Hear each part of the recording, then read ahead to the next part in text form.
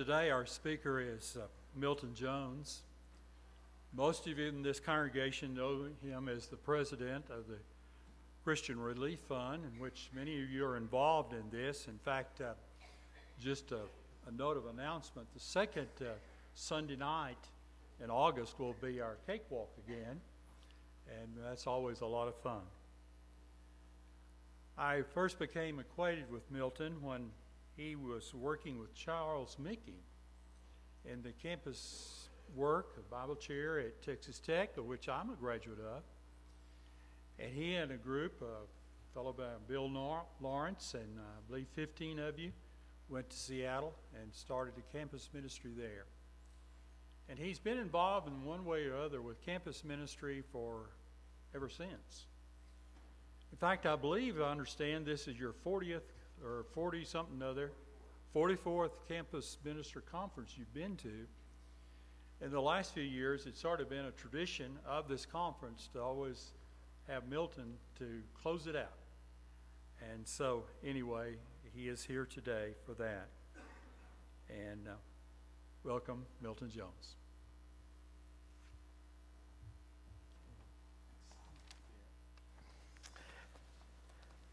What a joy it is to be here with you at University Church. I love this church. I'm so thankful for you hosting us and extending all the hospitality that you've given to us. I know that, like Bob said, I've been to 44 of these, so I've got a lot of them that I can compare this one to. And this one was a great one. I remember, Bob, I can't remember how long ago it was, but you shared you had a dream to have this campus ministry seminar here in Canyon, and we finally did it. And I've been looking forward to this for a long time, and you did such a great job. You did the big things that you got to do, but y'all did all the little things, the extras that made all the difference. And so I'm thankful for this church and the hospitality that you have given all of us who have come for this campus ministry seminar. I didn't have to come very far this year, about 10 miles, and it was just good to kind of go home to your own bed every night. But Kent, thank you so much for the great work that you have done in hosting this, and Bryn and Kinsey and all of your staff. You just couldn't have done a better job of making us feel welcome and helping guide us to discover Jesus Christ and God talk and how to change the conversation on campus. So thank you for that. I want to thank this congregation because I don't know how many years you've done campus ministry, but it's been a long time. And you've been a pillar of campus ministry in the churches of Christ, and that you've held to it, you've done it, you've prioritized it, and I love you for that because you did it right, and you're committed to it, and you realize its importance, and I believe that you're going to be doing great things. I love going on campus and watching what Kent's doing, and the way that he's just bringing so many people to Jesus and bringing people closer together, and bringing unity on that campus, and I just love this church. I don't know if you know this about me, but I was here a long time ago when you started this. You had this new building. I was here, and it was a great memory to come back every time, because I love this building, because I remember when we kicked it off, and that was a long time ago. It was a long time ago, and what you did is that you invited the campus ministry from Texas Tech to come up here when you kick this off, and to help you kick it off, and to have a great outreach to this neighborhood in Canyon, Texas. When I think of campus ministry seminars, though, I tend to always remember the story of Jim. Now, Jim was in our campus ministry. In fact, he became a Christian through our campus ministry. And Jim, we didn't know this about Jim. Jim was a pyromaniac. He had become a Christian through our campus ministry, but he's a pyromaniac, and he kept burning things down. How he didn't get arrested for burning those things down, I'll never know. But we went and talked to Jim, and we said, Jim, you got to stop burning things down. And so Jim, he converted from a pyromaniac to a kleptomaniac. And Jim started stealing things then. His most notorious theft was he went to the local hospital, and because he needed furniture in his apartment, so he went to the foyer of the local hospital, just loaded up all the furniture that he wanted, and moved it over to his apartment. So I decided that was probably not a good thing. And how he didn't get arrested for being a kleptomaniac, I'll never know. But anyhow, so I went to the hospital, got a big truck, drove up to the hospital because he had stolen all the furniture, and I got the furniture out of his apartment, put it in the truck, drove back to the hospital, and delivered that furniture back to the hospital where it belonged. The only problem is they just knew the furniture was stolen. They didn't know who had stolen the furniture, and I show up with the stolen furniture. How I didn't get arrested for that, I'll never know. But Jim somehow talked himself into going to the campus ministry seminar. It was a national seminar, and somehow he twisted my arm, and I said, okay, you can go. And it was in Austin, Texas. And so we arrive in Austin, Texas with Jim, and I hadn't been there 5 minutes, and Jim had disappeared. I had no idea where he was. I get a call about midnight. It's Jim, right? It's Jim. And Jim says, man, I'm at this wild party. He said, with a whole bunch of college students. He says, they're all doing drugs. And he said, there's a girl, there's this college student, and she's locked herself in the bathroom, and she said she's going to kill herself. What verse do I use? So I'm kind of thinking, what is that verse on the pyromaniac that becomes a kleptomaniac that's trying to reach the suicidal goal? What is that verse? Now, Jim was kind of mixed up in a few ways. You know, he kind of thought you could just take a biblical passage of Scripture and kind of use it like a pill, you know, and it'll solve a problem. But I think he was kind of onto something too. He didn't have a lot of depth, but I think he was kind of onto something that maybe we need to realize. Jim realized, I am in one great big mess here. If I can only get God into it, maybe things will be a little bit better. And that's what we've been talking about this week at our conference. As we look across and see the nation's colleges and universities, if you're honest, you're seeing a bunch of people, you're seeing groups, you're seeing institutions that are in a big mess. And we're saying, if we can just kind of get God in this conversation, I think we're going to be a lot better. Don't you believe that? Last year we talked about engaging students. We said that we got so many Christians that are over here on college campuses, and you got other students that are not following the Lord, but it seems like we're not getting together. We're not even talking to each other. So we talked last year about how we needed to engage each other, but this year we said we not only need to engage each other, we need to change the conversation. We need some God talk. Things are not going to change if we're not talking about God in our relationships. Things won't change if you don't have relationships, but they're not going to change if in your relationships you don't talk about God. And so that's what we're talking about. 3 times, you probably remember this, Bob, 3 times I was asked to give the same talk in this conference at different ones. It was an old talk I used to give. It was called Put in a Good Word for Jesus. In 3 different occasions, they asked me to do that. And that's really what I'm saying we need to do. We need to put in a good word. That's having a conversation. But we need to put in a good word for Jesus. To share the gospel so that people around on the campuses that we know actually know Jesus. When we did open this building here, it was just an amazing thing. You called all these college students. You had some here that were your students, but you called all of us that came from Texas Tech, and you just sent us out. I mean, you just sent us out and said, hey, just go knock doors. Just knock every door in Canyon if you can. And so we're out here knocking doors, and I can't remember if I was just graduated. I think that was my very first thing to do as a campus minister was to come up here. I was working with a guy named Jack Paul. Remember him? He preached. Y'all had a gospel meeting, and Jack Paul was going to preach. And man, some of you have never heard him, but I mean, that guy was intense. I mean, no one was like him. And so they sent us out. We're just knocking doors all around this neighborhood, just knocking doors, inviting people, you know, and I had hair that was about down to here, you know, and I'm just knocking your neighborhood, you know, say, hey, I just came in from Texas Tech. Can I come into your house? I'd like to study the Bible with you. And I mean, people all over here in Canada just letting me in. And I'd go in, and we'd study the Bible for hours. That's why you got to come over here. University Church of Christ, you got to come over here. They're having a gospel meeting. We're opening up a new building. You got to be here. And people were just coming in droves. No, Jack Paul, he is preaching. I remember one time, this guy's intense. One time he held up a book. It wasn't a Bible, it was a book. He says, if this was the Lamb's Book of Life, would your name be written here? He says, would you have to come up right now and peek to see if it's there? It was intense. And he started an invitation. He had 6,432 verses of just as I am. And he is calling everybody in Canyon to come up here and be baptized. And some of those very people we talked to, they were getting baptized. Remember, we just had a lot of people coming here. And then he decided, well, I'm going to go for the people that are already baptized. So he just started calling out sins. He says, on this verse, I want all the fornicators to come. So we're kind of looking around to see who's going to come. In this verse, I want all the liars to come. We're looking around to see if any politicians came. And we're just... But it was something else. And I thought, what if we opened up a new building today? We would do the same thing. I wonder if we would. I don't know if we'd go out and knock doors. And I sure don't think people today would let strangers in that look like I looked back then. I just can't imagine it.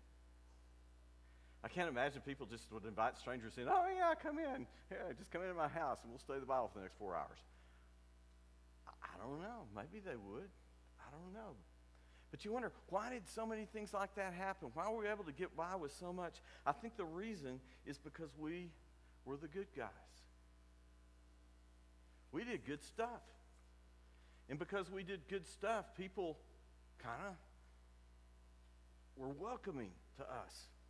We did good stuff. I remember it was back in the mid-'70s. I was at the National Campus Ministry Seminar that we now call the Campus for Christ Conference, and we've called it other things too.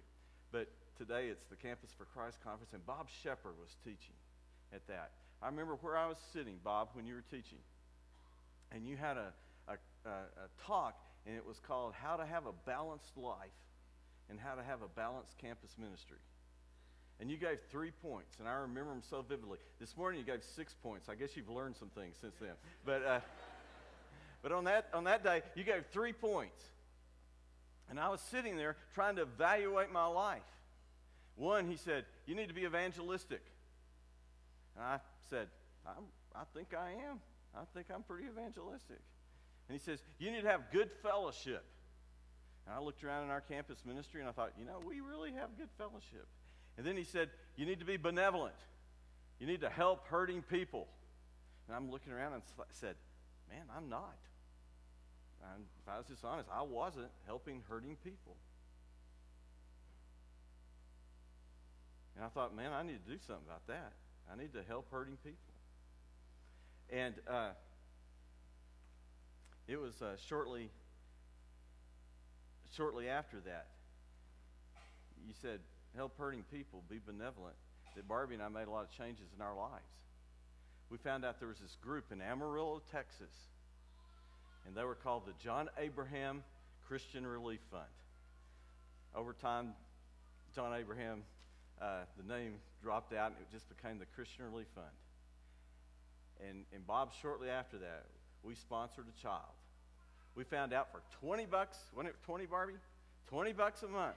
We were able to sponsor this child, this poor child, this destitute child, and we were able to educate them, feed them, clothe them, house them, get them spiritual training, all for $20 a month.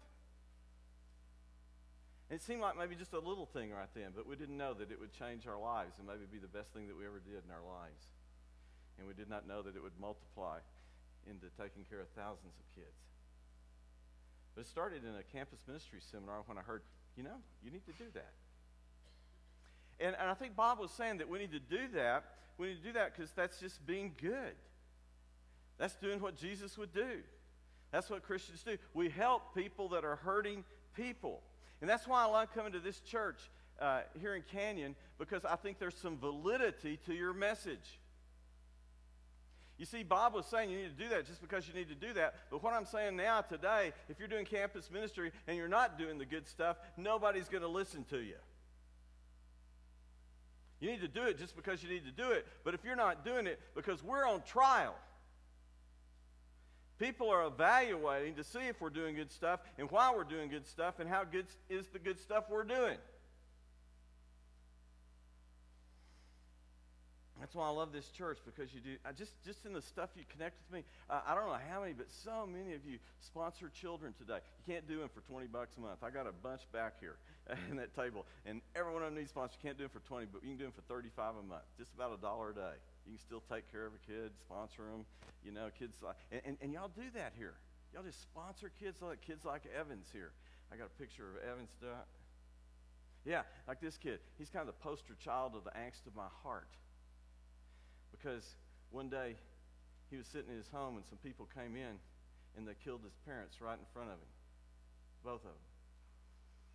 He went into shock when that happened. His hair turned white, just instantly, just turned white.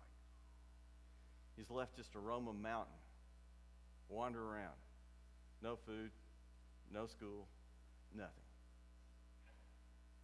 I took a little picture of him, put it on a table that I carry around like that. A college student decided he could spare $35 a month. Started sponsoring Evans. He got to go to school. He got to eat. Got a place to live. 2 years later, this is what he looks like. Show the next picture. 2 years. Just because a college student helped this kid. Just kind of maybe gave up his coffee once a day. Help this kid. I love this congregation because you care.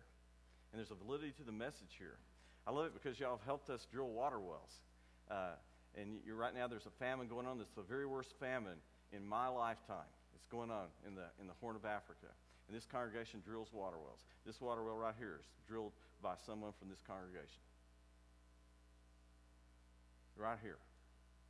Difference in life and death. We also planted a church right here at this spot where people are finding out the gospel. And I love that you do that because it brings validity to your message. I love that you sponsor so many goats. I mean, you have just I don't know, there's other congregations and churches around Canyon that have helped, but you have spearheaded giving goats. I got a picture here. These are actual goats that you have given as a church. I mean, just actual goats. And this is in Turkana, in the heart of the famine. And these are goats you gave. But I love the sign. You probably can't read it, but they're thanking us. These people here that would have starved to death if they hadn't had goats and water. And they thank CRF. They thank West Texas A&M University, and they thank Sharkathon.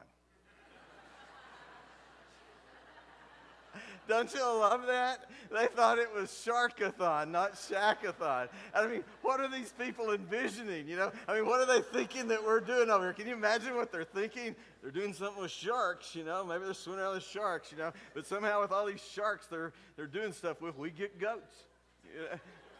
I don't know.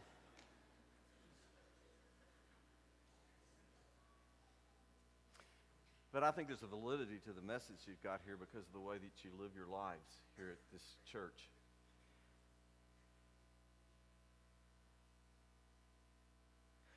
But I think things are changing. I don't know if they've changed yet here that much on this campus. But when I was at another campus that Bob was talking about, the University of Washington, things changed. And I think things are just changing on university campuses. I don't think we're usually seen as the good guys anymore on the campus. When I went to a campus there at the University of Washington, I kind of thought I was the good guy, and a lot of people thought I was, and that's not the case anymore. They think we're the bad guys. Maybe it's because they think we're intolerant on certain things, that they see us as the bad guys. They don't see us as the source of good things. They see us as the source of the bad things that are happening. And not only that, I found that I would say when I first went there, hey, study this book, and even if they didn't believe it, they thought it to be intellectually honest, they should look at this book. And now I talk to people and say, hey, you want to look at this book? And they say, no, that's the source of all the problems and all the things that are wrong with what you're doing. And I had trouble getting people to even look at the book anymore.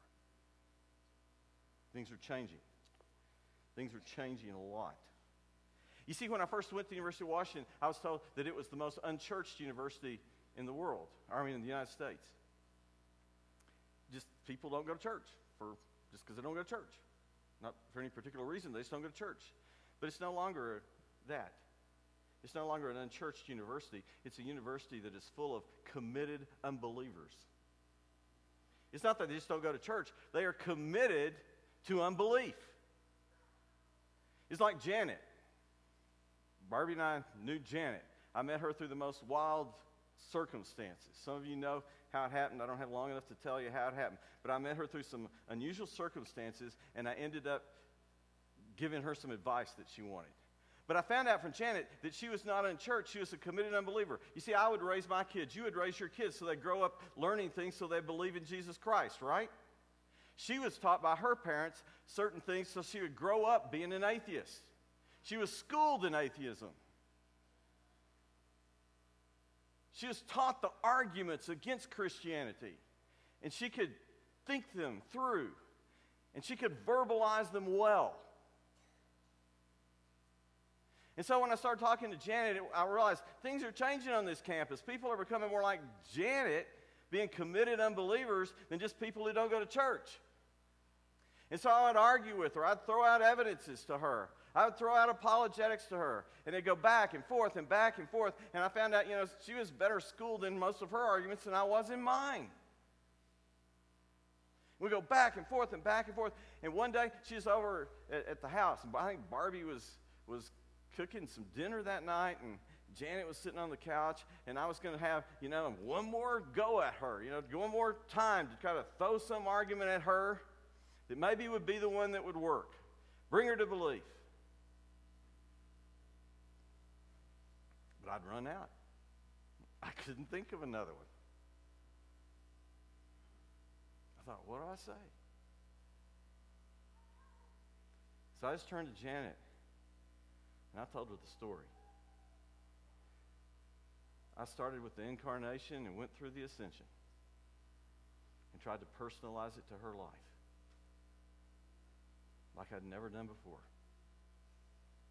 And I'll never forget looking over there on that couch, and there's Janet, and she has got tears running down her cheeks. Barbie, you remember I'll never forget, walking with Janet at sunset out into the beautiful Puget Sound, the icy Puget Sound, and baptizing her into Christ. What just happened there?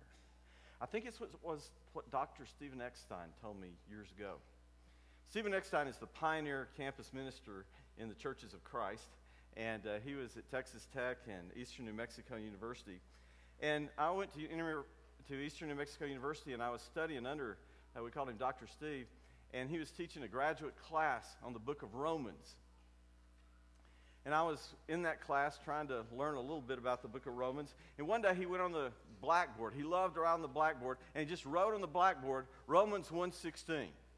And if you know Romans 1:16, it says, "For I am not ashamed of the gospel, because it is the power of God that brings salvation to everyone who believes, first to the Jew, then to the Gentile." And so Dr. Steve went up there and he wrote it on the board, and then he turned to us and he said, "Will somebody please come up here and translate this verse correctly?" And I'm looking at the verse and I'm saying, I think that's the NIV. It's probably correct. And he says, "Will somebody please come up here and translate this verse correctly?" I mean, we were clueless. And I said, "Do you want the New American Standard?" And he said, "No, they didn't do it right either. Will somebody please come up here and translate this verse correctly?" We didn't know. We had no idea what he was talking about. And then he started giving us a hint. This was his hint. "It's not an it." That's what he said. "It's not an it." He said, and he'd look at it and he'd just turn around. "It's not an it." Still didn't get it. And he said, "Look at it," he said. He says, "For I'm not ashamed of the gospel, because it." He said, "The gospel's not an it." He said, "The gospel's not some kind of presentation you make. The gospel's not some kind of program that we're trying to push." He said, "The gospel's not some kind of argument." He said, "The gospel is a he." He said, "The gospel is Jesus himself, and it's Jesus himself that can break down any wall that we are facing on campus, because he is the power of God for salvation." He says, if you're facing a false religion, Jesus himself, Jesus, the true gospel, can break down that barrier. If you're facing a false philosophy, Jesus himself can break down that wall. If you're facing a false ethical system, Jesus himself can break down that wall. Now get out there on campus, and I mean wherever you go, I mean you proclaim the gospel, because he is the power of God for salvation. I think he's right. That was your amen time. I think he's right. Okay, I'll hang with you. Jesus breaks down the walls. Wherever you go, you put in a good word for Jesus. I went back to, after I moved down here, I went back to Seattle one time. I was going to preach at the church I used to preach at. It's called the Northwest Church of Christ, and I was going to preach there. But I got there a little early so I could play a little golf before we were going to be having our preaching time. And so I'm out on the golf course, and it's at Jackson Park Golf Course in Seattle. And I'm playing, and we have a foursome, and there's two of the guys with me I knew. The other guys just kind of joined us. I didn't know him. And I started playing, and I was having just a good round. I mean, a great round for me. You know, and so when that happens, you kind of get into your round, right? So I'm into my round, I'm about halfway through, and I was one under. You know, I was pretty pumped about this whole thing. And I was playing this short par 5, and I realized where my drive was. I could easily reach the green at 2. And I thought, man, I'm about to go more under par. But there's this guy that I haven't really talked to the whole time because I don't know him, and I'm so into my golf game that I really don't talk to him. And then all of a sudden, I get this spiritual nudging. You ever get one of those? Just kind of a divine prodding that happens to you. And this is kind of what I was thinking as I'm getting this spiritual nudge. You need to tell this guy about Jesus. You hadn't even met him. And so I thought, okay, I'll talk to him. So I talked to him. I said, what's your name? And I was also kind of afraid he's playing with a preacher, you know me, and he might start cussing real soon. It's going to embarrass him if he doesn't know who I am. So anyhow, I said, what's your name? And he says, James Evanoff. And I said, well, great, James, tell me about yourself. And he said, well, I just graduated from the University of Washington. And I said, well, congratulations. And he says, and I'm interviewing for a job next week. And I said, well, I hope you get it. And I said, well, what did you do at the University of Washington? And he said, well, I mainly played football. I played on the University of Washington football team. And I said, really? And then it hit me. Man, you talk about a real spiritual pride. It hit me. And I said, James, I need to tell you something. Years ago, I moved to Seattle, Washington. And I moved there for one reason only. It was to tell students at the University of Washington about Jesus. And I said, what's even weirder than that? I said, I was the one who led the Bible studies for the Husky football team. And I said, and I was there all those years, you were there years, but we never crossed paths. I never met you when you were a student, and you never went to the Bible study that the football team had that I led. I said, James, the only reason I ever came into this city was because of you. Just because of you. And I've never met you before. And so I said, do you know Jesus? And he said, not like I know you're talking about. And I said, well, James, I'm preaching at church tomorrow. Would you come? And he said, yeah, I'll be there. He came, seemed to have a great experience, just loved it, listened. He seemed to really be kind of getting what I was talking about. And I never saw James again. And nobody in that church ever saw James again. It was 2 years later. One night, Barbie came to me and said, somebody's on the phone for you. I said, who is it? She said, James Evanoff. Do you know him? And I said, no. So I took the phone and I said, James, I don't really think I know who you are. And he says, don't you remember? You're the one that told me about Jesus on the short par 5 at Jackson Park Golf Course. And I said, oh, yeah. How you doing? I never saw you again. You came to church that day. I thought you liked it. And he said, well, I did. But I told you I was going to interview for a job. I got that job and I moved. He said, but I wanted to call you tonight. It took me a long time to find your number. But I wanted to call you tonight because I just knew you wanted to talk to me tonight. And I said, why would I want to talk to you tonight, James? And he said, because I'm going to church again tomorrow.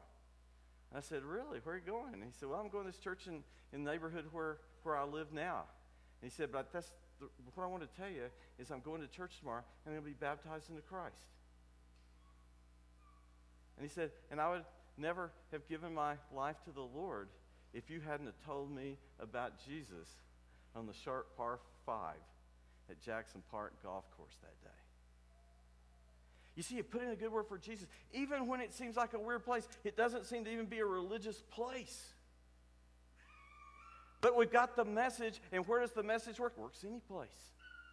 Any place on campus. And we've been looking at Acts a lot, and in Acts, that's kind of what happens in that Acts 8 passage, the Philip and the Ethiopian, where it says, now an angel of the Lord said to Philip, go south to the road, the desert road that goes down from Jerusalem to Gaza. So he started out, and on his way he met an Ethiopian eunuch, an important official in charge of all the treasury of the hard word to say, which means Queen of the Ethiopians. This man had gone to Jerusalem to worship, and on his way home was sitting in his chariot reading the book of Isaiah, the prophet. The Spirit told Philip, go to that chariot and stay near it. Then Philip ran up to the chariot, and he heard the man reading Isaiah the prophet. Do you understand what you're reading? Philip asked. How can I, he said, unless someone explains it to me. So he invited Philip to come up and sit with him. This is the passage of Scripture the eunuch was reading. He was led like a sheep to the slaughter, and as a lamb before its shearer is silent, so he did not open his mouth. In his humiliation he was deprived of justice. Who can speak of his descendants? For his life was taken from the earth. The eunuch asked Philip, tell me, please, who is this prophet talking about, himself or someone else? Then Philip began with that very passage of Scripture and told him the good news about Jesus. And he goes on and he gets baptized. You know the rest of the story if you don't read it in Acts 8. But I want to focus right there on that verse, the last one I read. Then Philip began with that very passage of Scripture and told him the good news about Jesus. And I like what's happening here. He starts right there on the very text that he's reading. And I was one time teaching a class on how to study the Bible with other people. I says, well, just start right where they are in the Bible. And just right from that point, just lead them right to Jesus. And I thought, though, as kind of doing campus ministry for many more years now, that sometimes doesn't work. It doesn't work. You see, because what I used to think is that what I need to do is look around the campus, and I need to follow this model here. And you follow this model by the next time I see somebody riding in a chariot and reading the Bible, I'm going to start right where they are. They're reading some passage that's about Jesus written 700 years before Jesus. I'm going to start right there with that passage. And but the problem is you go around your campuses, you hardly ever see people with chariots reading Bibles, do you? The closest thing last year at the conference I saw was at Oklahoma State. Did y'all remember that picture last year? Some of you hadn't seen it. And there's somebody, Matt Mills brought this picture, and they've got this trike of some sort with a cab on it, and they haul people around the university campus. And if I ever saw somebody in a trike like that and they were sitting in the back of it reading the Bible, I would stop them right there and say, do you understand what you're reading? Wouldn't you? But the problem, I never see people like this. And you know what the problem is? They're carrying around Pistol Pete, and Pistol Pete's not reading the Bible. If it'd been Raider Red, I'm sure he would have been. But Pistol Pete, he's not reading the Bible. And then it's kind of dawned on me, the point of the passage is not just start with the text where they are and lead them to Jesus. The point of the text is this. You start where they are. They're reading the Bible? Wow, great, start there. They're not, like it's going to be happening on most of our campuses. And what if they think the Bible's the problem? Do we say, can't talk to them, they don't read the Bible? No. You can still put in a good word for Jesus. It may lead to a Bible study, but you put in a good word for Jesus, you still speak. Because we've got to know where the power of God for salvation, it is in Jesus himself. I don't think we're stuck. I was doing one of y'all's retreats, and it seems like all the retreats you ask me to do are very similar. You always ask me to speak 4 times, and then after the 4th time, it'll be Sunday morning, we have the Lord's Supper. But what's different about your retreats is every single one of you seems like you try to figure out a different way to do the Lord's Supper. And so I was at one of your retreats, preached 4 times, time for the Lord's Supper, and so your idea for how to do the Lord's Supper on that Sunday morning was this: pair off with somebody. And you shared the Lord's Supper with that other person. So everybody's kind of pairing off, 2 people, and they're going to share the Lord's Supper together. So I got paired off with someone, and as I noticed this person, I realized that seemed really different from me. One is I just kind of listened to her. She seemed like she was an international student. She was not from the United States, but she was going to school here. And then as I started just kind of paying attention to her, I realized I don't think she's of the same world religion that I am. You know what I mean? And then I asked her name, and then after I asked her name, I asked her name, and then after I asked her name, I asked her name, and I couldn't seem to remember or pronounce her name. And so I finally found out what her name meant, and I could remember that because when she gave me the perfect translation of her name, what it meant most pretty. So now I'm paired off with most pretty to have the Lord's Supper. And we're looking down at this Lord's Supper. And I mean, she's never done this before. She's looking down and saying, "What is this?" I said, "We're trying to remember Jesus." And she said, "We're trying to remember Jesus." And I said, "You don't really know that much about Jesus, do you? We're trying to remember him and celebrate him and honor him and believe in him." And I said, "And you don't know much about him. I'm sorry." And I started telling Most Pretty about Jesus. And I told as much of the story as I had time to tell. Got to the death, I said, "Do you know what? He died for you. For all the things you've done wrong. For all the things you haven't done right. He died for you." And I said, and not only that, he was able to conquer death for you so that you could have life after death too. And I just kept telling her that story. And I don't know in all my life if I've had anyone listen as closely as Most Pretty listened. I mean, she'd just look at me. It just hearing this story. It's an incredible story, isn't it? And she was hearing it. And when I kind of finally stopped, she just kept looking at me, and then she looked down at this bread and this cup. Then she looked up at me, and then she looked down at this bread and this cup. And then she looked up at me, and she looked down at this bread and this cup. And she took that bread, and she ate it, and she took that cup, and she drank it. It was the first point of belief for her. She heard the story, and she's saying, if this is about remembering him, and that's who he is, count me in.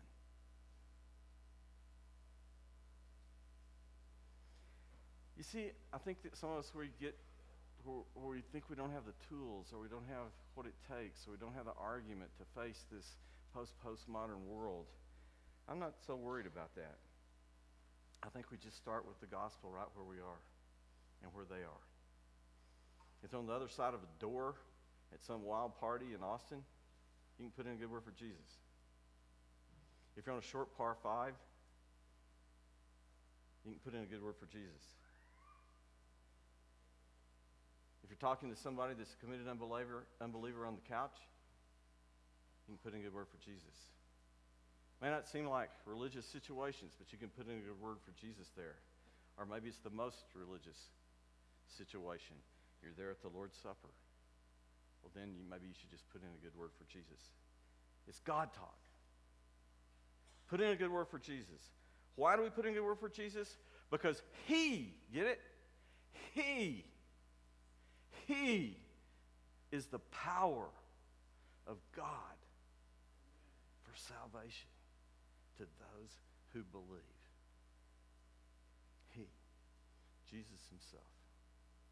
Today, if you don't know Jesus, you could be baptized this morning, just like, we're not going to sing 6,000 verses of Just As I Am, but we'll sing a song, and during this song, you can just come right in the beginning if you need to be baptized, maybe like Janet did years ago.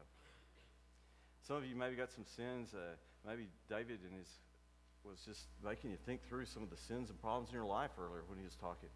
Man, we'd love to pray about that if we can pray about that. There's about 150 of you that are about to start a new fall in campus ministry, and you probably need a prayer. So if you need a prayer to get started on your campus ministry, we'll pray for you. If you need to come to Jesus, why don't you come? We're going to stand and sing.